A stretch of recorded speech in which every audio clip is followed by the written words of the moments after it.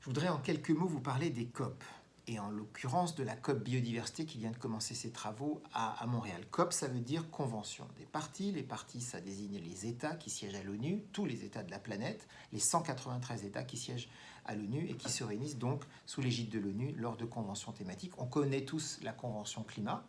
Alors, est-ce que ça sert à quelque chose? Tout le monde dit que ça sert à rien, que ça n'aboutit à rien. Il faut quand même se rendre compte que mettre d'accord 193 pays sur un constat partagé, sur le fait qu'il y a un problème, sur le fait qu'il y a des solutions aussi à trouver ensemble, et c'est vraiment ça l'objectif des conventions, mettre d'accord tout le monde, 193 pays, c'est une gageure. Et en plus, les textes doivent être adoptés à l'unanimité, donc on voit bien à quel point on est dans un travail colossal quand on y arrive, et on y arrive régulièrement. Donc, il faut aussi se rendre compte que s'il n'y avait pas de COP, chacun aurait sa propre analyse dans son coin, personne n'agirait ensemble, on n'aurait pas l'envie de travailler tous ensemble, ce serait bien pire pour la planète.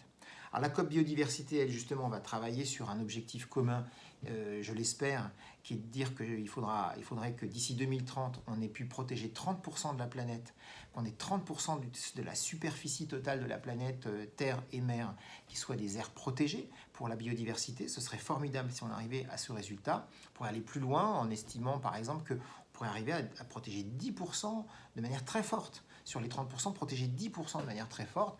Par exemple, nos réserves nationales seront des aires protégées où la biodiversité se porte très bien parce qu'on la protège fortement. Et là, voilà, on pourrait se dire, à l'échelle planétaire, on veut faire la même chose.